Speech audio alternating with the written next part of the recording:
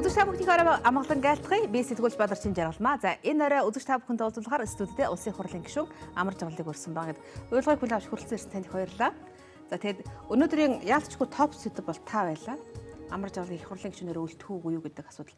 Та бүхэн яг 2 сарын өмнө өөрөөр хэлбэл 10 сарын 17-нд ярилцж байхдаа тиймээ ер нь болохгүй бол би гишүүнээсээ татгалзан даа гэд ярьж ирсэн. Гэтэл үйл явц болоод өнгөрлөө. Юу бол өнөөдөр? Бас линийг л талдаа бас нэлийн бодгол ёстой байх л да. Зүгээр жоохон өнгөн талаасаа бол нэг амар жаргал гэдэг хүнийг одоо явуулахгүй гэдэг асуудал байсан юм шиг боловч жоохон одоо энэ нэг хүн ингээд хүсэлтэд гаргалаа. Тэгээ энэний үр дагавар нь юу байв? Энэ ямар асуудлыг хөндөж тавив? Бид нар жоохон одоо юун дээр нь анхаарч байж юуг нь одоо орхигдуулсан байна гэдэргээд нэлийн тал талаас нь ер нь аль талдаа бодохоор юмнууд бол нэлийн гарсан л гэж би ойлгож байгаа. Та бас хариуцлага тооцох хэрэгтэй. Хэрвээ хариуцлага хүлээх хүнгүй бол би хүлээе гэдэг өөр дөр хариуцлага хүлээх хүссэн. Гэхдээ өнөөдөр тэр хүмүүс хариуцлага хүлээх ёстой хүмүүс өөрсдөө ямар нэгэн байдлаар ухамсарсан уу, ойлгосон болов? Та дохио болж чадв. Тодорхой хэмжээгээр бас дохио болсон гэж бодож байна. Зүгээр ямар ч болсон хариуцлагын тухай асуудлыг бас нэг энд яриад эхэлдэг боллоо. Зарим нэгэн хүний цалинг ч гэсэн 20% хассан тийм шийдвэр ч гэсэн гарч байх жишээтэй тийм ээ. Гэх мэтчлэн ингээд нэг юм явж байна л да. Гэхдээ зүгээр энэ бол нэг суух усхын хооронд бол хийж байгаа ажил биш байх. Нэлийн системтэй цэгцтэй явах хэрэгтэй. Тэгээ би тэр асуудлууд дотор нэг зүйлийг хөндөж тавьсан л да. Угаасаа төрийн албан хаагч гэдэг хүнд бас нэг байх ёстой чанарууд байна. Төрийн хүн шиг сэтгэж чаддаг байх, ажиллаж чаддаг байх, хариуцлагатай байх гэж. Тэгэхээр энэ маань бол ганц өдрийн дотор бий болчихдгүй юм байна. Энэ он удаан жил ингэж явж иж суух хэрэгтэй юм чамд. Сууж өгөх хэрэгтэй юм. Тэгж байж эн чинь урагшаага явна шүү. Тэгэхээр тэрүүн дээр бас анхаарахгүй болохгүй байна гэж. Өөрөөр хэлбэл социализмын үед ажиллаж амьдарч байсан хүмүүс бол үндсэндээ бас нэг ажилд хандлага хариуцлага тийм ээ тэр нэг даалгасан юмныхаа төлөө мэрийг чармайх энэ төр гээд бас ч гэж өөр ингэсэн бас нэг тийм соёл өтөө байлаа шүү дээ. Тэгээ тэр хүмүүс маань үндсэндээ бол ингээд дуусч байна. Тэгээ үндсэндээ л ихэнх нь одоо 60 хүрээлт тэтгэвртэй гараад тэгээд тэднийг ингээд орлоод шинээр орж ирж байгаа хүмүүс маань нөгөө тэр ажлын соёл гэж одоо би хэлээд байгаа юм л да тэр хариуцлагын соёл, сэтгэлгээний соёл төрийн хүний хувьд тийм ээ байх хэвээр тэр юмнуудыг бас бүрэн гүйцэд эзэмшээгүй байна. Тэгэхээр энэ дээр бол зүгээр нэг толгойг нийлээд одоо юу гэдэг за чи одоо намайг дагдаг хүн эсвэл одоо чи миний фракцийн хүн гэдэг маягаар хандах биш. Угаасаа төрийн хар хүн шүү, төрд ажиллах хүн шүү гэдэг утгаар нь хандаж энэ системийг бас өөрчлөх шаардлага байна шүү. Энэ дээр бас бид нар ер нь нахиц гарах болохгүй шүү гэсэн санааг хэлсэн л дээ. Хаана тэр төрийн хүний соёл ч гэдэг юм уу хөдөлмөрийн хүний тийм ээ тэр соёлдыг журам ёс зүй гэдэг юм алдагдаад байгаа л да. Гэхдээ та анх одоо тийм ээ энэ саналыг гаргахдаа үнэхээр төрийн хүний соёл гэхээсээ гадна тийм ээ хариуцлагын л асуудал гарсан шүү дээ. Тэгэхээр тэр хүмүүс өнөөдөр ямар нэгэн байдлаар хариуцлага ухамсарлаж юу нөө та энэ талаар юу юуг мэдэрч чадав. Таны хамгийн анх бид хоёр ярилцаж сууж хаад саналаа хэлжсэн тийм ээ. Болохгүй би бүр өргөлөө өгье гэж. Гэхдээ та зөв юу ч юм хин нэгэн дохио өгöd өнгөрөх биш. Тийм ээ. Тодорхой хэмжээний өөрчлөлт шинжилтийг хүсчихсэн. Тэр ажлыг эхлэлцэн тавьдаж чадсан уу? Гэхдээ ямар нэгэн байдлаар бол урагшаага агсан болов уу гэж бодож байна. Ямар ч болсон харанга дээлжсэн. Энэ шиг хүмүүс анхаарч эхэллээ. Гадна дотноос бол дэмжиж одоо байгаа гэдэг нь бол их тод харагдсан. Зүгээр яг тодорхой дорж дундаг дулмаа дээр одоо тэрийг ухамсарлаад үйл ажиллагаанд ингээд хэрэгжүүлээд аваад явах юмнууд бол өнөөдөр харагдахгүй байна л да. Уул нь бол нэг улс төрийн соёл талаасаа бол үсэх юм бол бас дахиад хариуцлага хүлээгээл явах учиртай байхгүй. Саяхан тэр Эстони одоо ерөнхий сайд ажлаасаа огцорж шүү дээ. Яасан бэ гэхээр тэр зах дээр нэг байшин байсан тэр байшингийнхэн дээвэр нь орсон. Тэгээ тэр хүнийг одоо ерөнхийдөө байхад нь тэр байшин баригдаагүй тэрнээс аль хэдийн өмнө баригдчихсан байсан. Тэр хүн ямар өөрөө барьсан биш. Гэхдээ тэр байшингийн дээвэр нь ороход бол би хариуцлага нь хүлээх ёстой маа гэдэг ингэж явж байна. Тэгээ тэрүүнтэй адилхан хариуцлагагүй үйлдэл хийсэн их олон юмнууд байж байгаа.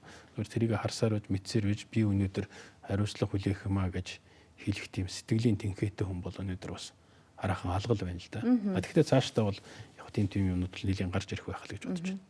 Та жишээ болсон баг, та үлгэр болсон баг. Гэхдээ яг ямар нэгэн хэмжээнд л одоо тэгж л одоо өөрийгөө л ойлгож л байгаа. Гэхдээ тань шиг энэ зориг, энэ ёс зүй, энэ тийм ээ одоо хүслийг энэ үргэлжлэлийг гаргах ёс зүй ч гэдэг юм уу тэр хүн чанар өнөөдрийн парламентын гишүүдийн ер нь хичнээн хувьд нь байгаа.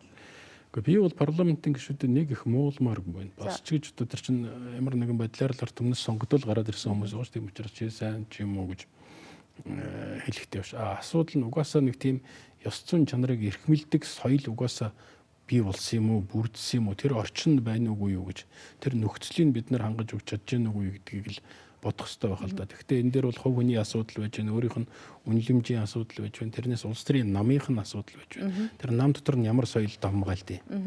Үнэхээр нэг чигч шудрах зарчимч байх, тэр хүмүүсээ дээш доош нь явуулдаг тэр чанар давмгаалдаг юм уу? Эсвэл одоо ингээд нэг хайрцаглаад өмчлөөд авчихсан тэр тогтолцоо нь давмгаалдаг юм уу?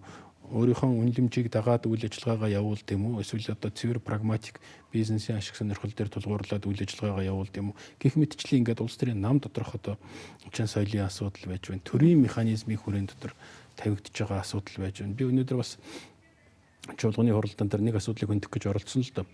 Тэр бол юу юм бэ гэхээр бол манайд энэ шийдвэр гаргадаг механизмууд энд тэндээ гацаад эхэллээ гэж. Тухайлбал одоо улсын их хурал гэдэг нэг институт байж байна.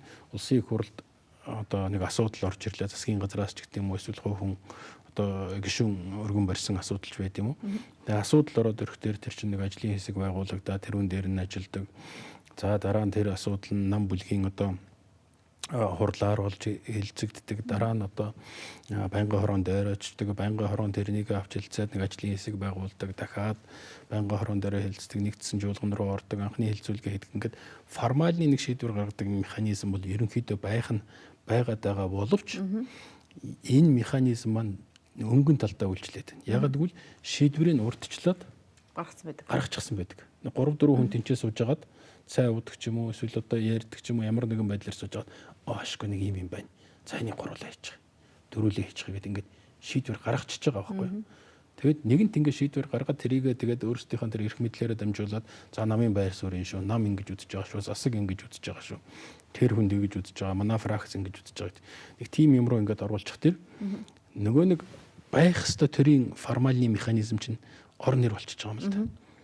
Байнгын хурлаар хилцээд байгаа юм шиг, асуудал яриад байгаа юм чи чуулганд оруулаад нэг сүрхий бүтэн өдөржингөө маргаад байгаа юм шиг боловч үнэн хэрэг дээрээ ямар хариу гарах нь бол айл хэдийн тэгээд энэ чинь 3-4 хүн сууж агаад шийдчихсэн. Ингээд ийм формальны нэг тийм албан ёсны нэг шийдвэр гаргадаг механизм, албан бус шийдвэр гаргадаг механизм ингээд давхар ажиллаад явж эхэлж байсан. Тэгээд одоо юу болж байна вэ гэхээр бол ялангуяа сүүлийн үед миний ажиглаад байхад бол формальны институтад нь ажиллахаа болчихсон байсан ч гэсэн нөгөө албан бус институт нь бас ажиллахаа болчихлоо. Яг гэвэл нөгөө энэ дотор чинь ингээд эхлээд 3-4 үлээ суучгаад нэг сайхан инээ чанягаал ингээд нөгөө тгий ингээгээ шийдвэр гаргадаг байлаа шүү дээ.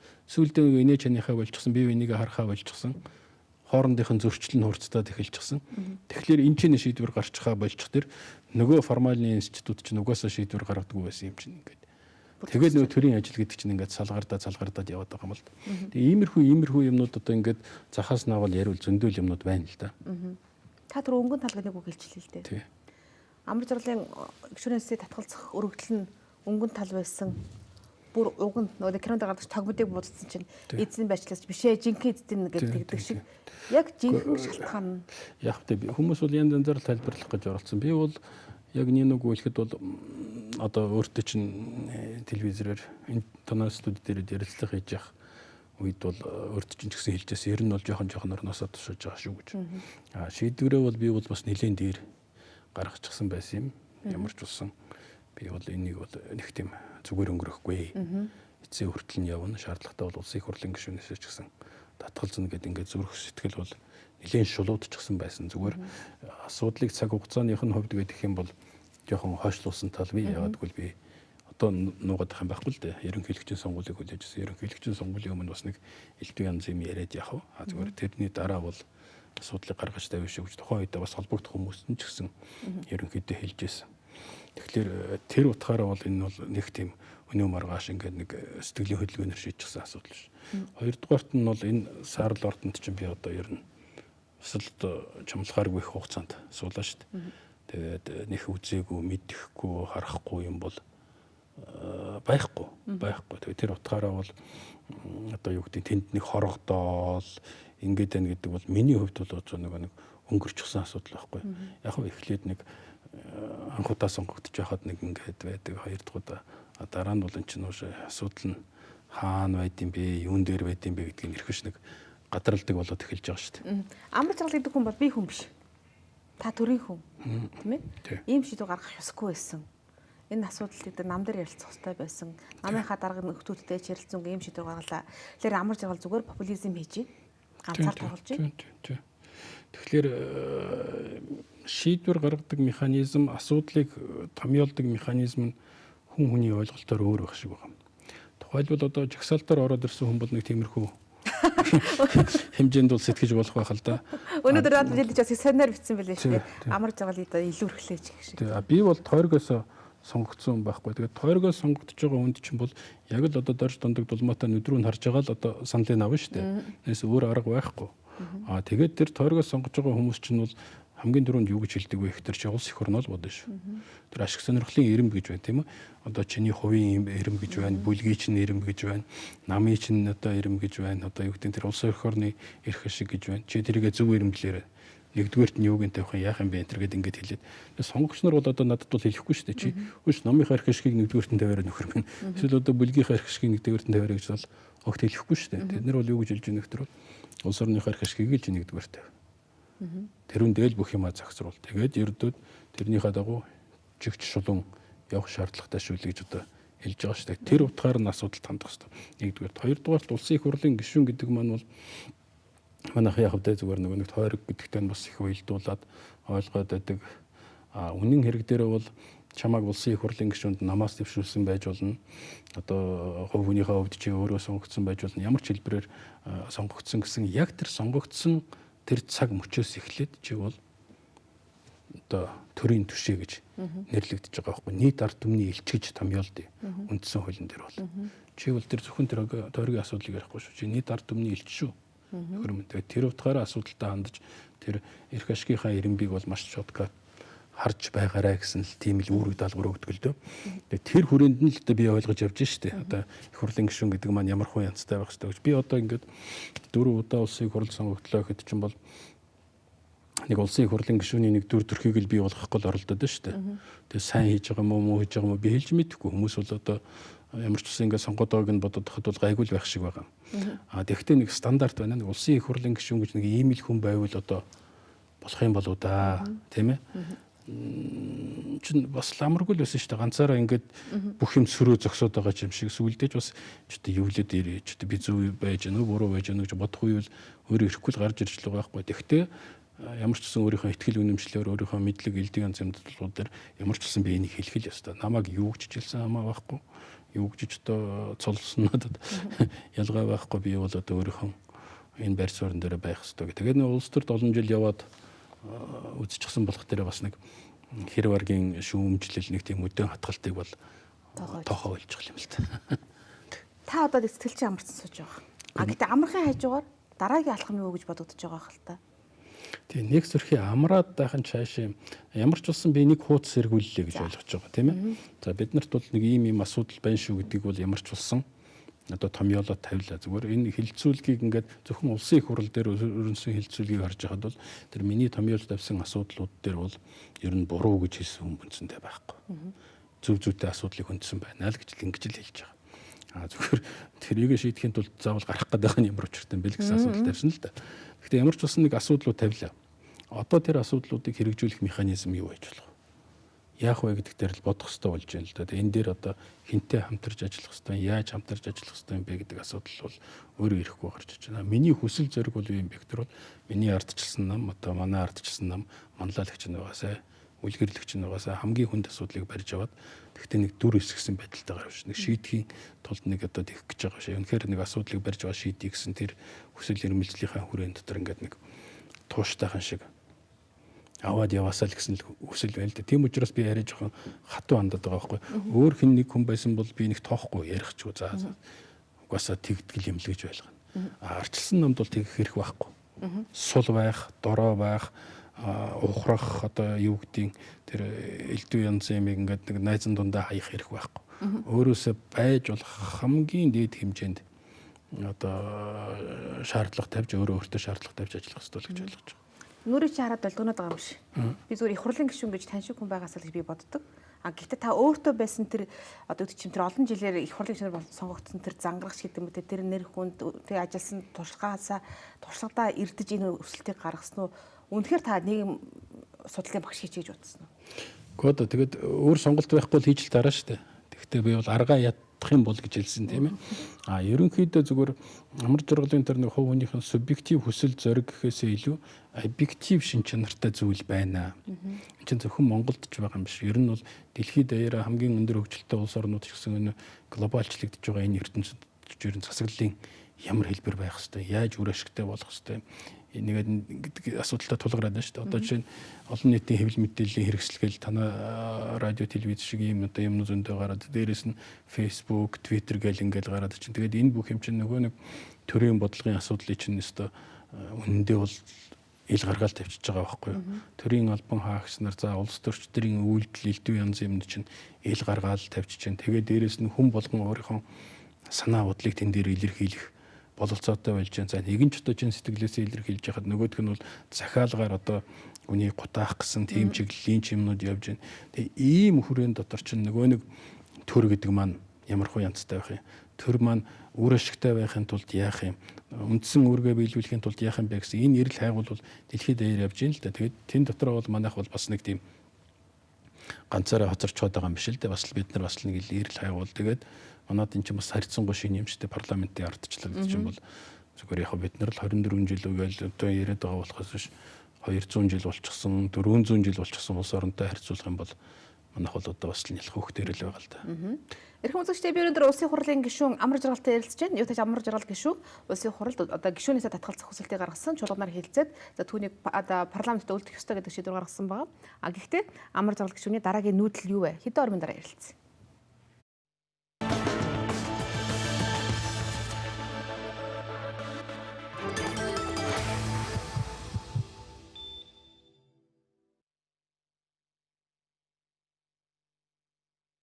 Хамт удагч та бүхэндээ баярлалаа. Улсын хурлын гишүүн амар жаргалтай ярилцж байна. Тэгээ үнэхээр түрүүн битээр нүүдлийн тухай ярьсан. Гэхдээ та бүхэн 2 сарын өмнө ярихдаа би таныг та нэлээ мохчихсон байна. Та намдаа гомдчихсон байна гэсэн дүгнэлтийг би хийж байсан санаж байна л да. Магадгүй тэр гомдол тайлагдах уу эсвэл тийм би бол одоо магадгүй та нам дотор ганцаардчихж болно шүү. Дөө ганцаарч байгаад байгаа. Тэгвэл яах вэ? Та юу хийх вэ? Яаж одоо энэ тийм төр засгийг соёлтой, дэг журамтай, хариуцлагатай болгохын тулд та юу хийх вэ? Гэхдээ нөх ганцаардаад байгаа чинь бас байхгүй шүү дээ. За. Тэгээ ер нь бол маш хүчтэй дэмжлэг надад бол мэдрэгдэж байна. Хэн билээ ил дээр надад нэг тгсэн шүү дээ. Ард чинь өстой асфальтад 10 танк зогсож байгаа шүү гэж.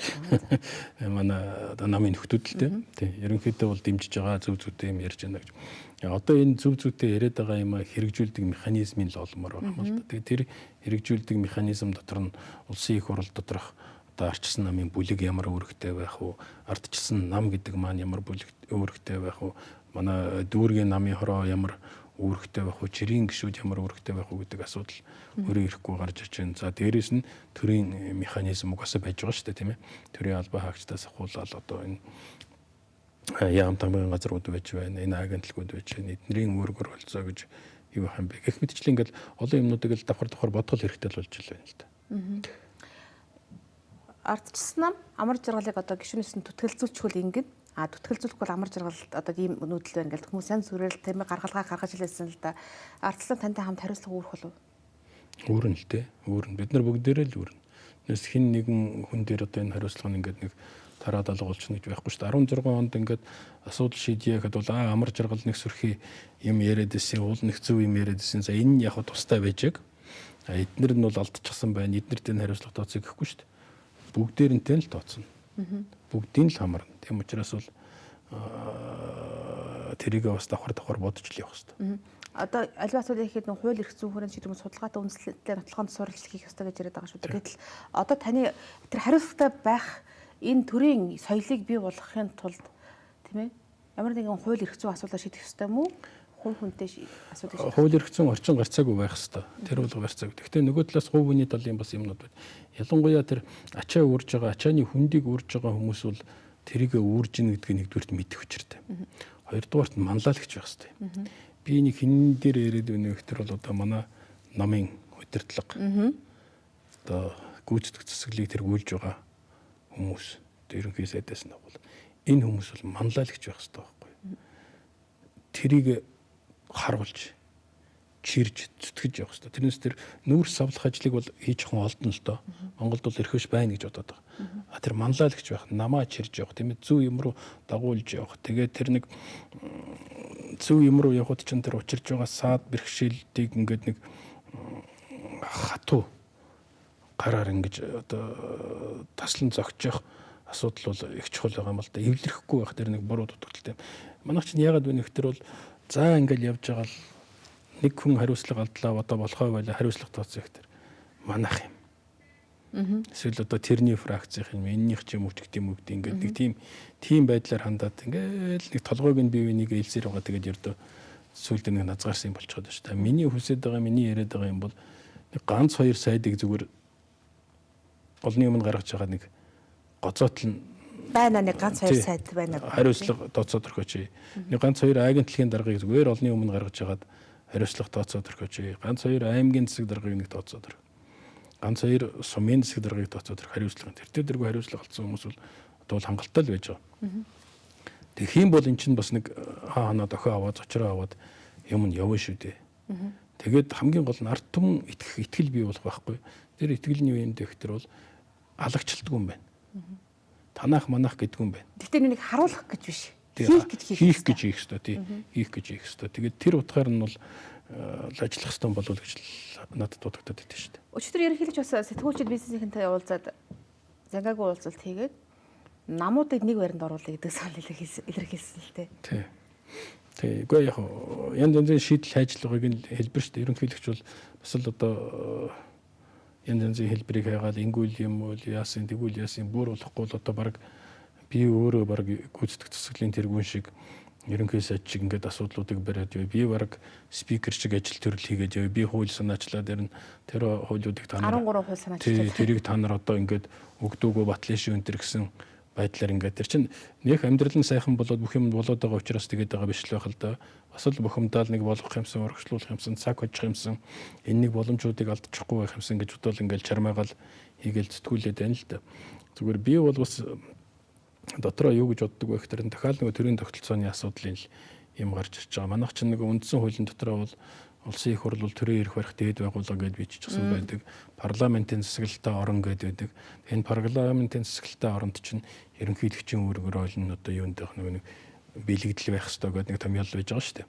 Тэгээ тэр хүрээнд байх юм уу эсвэл одоо манай элбэгдэрж ерөнхийлөгчийн одоо хийгээд байгаа алхмууд шиг ингээд өөрөө санаачлагыг барьж аваад би хууль санаачлыг би гүйцэтгэх засаглалыг чинь өмнөөс ингэж хийж санаачилж өгөө тэр чинь ингээд явах юм чинь өөрөө их тийм нюанстай асуудлууд.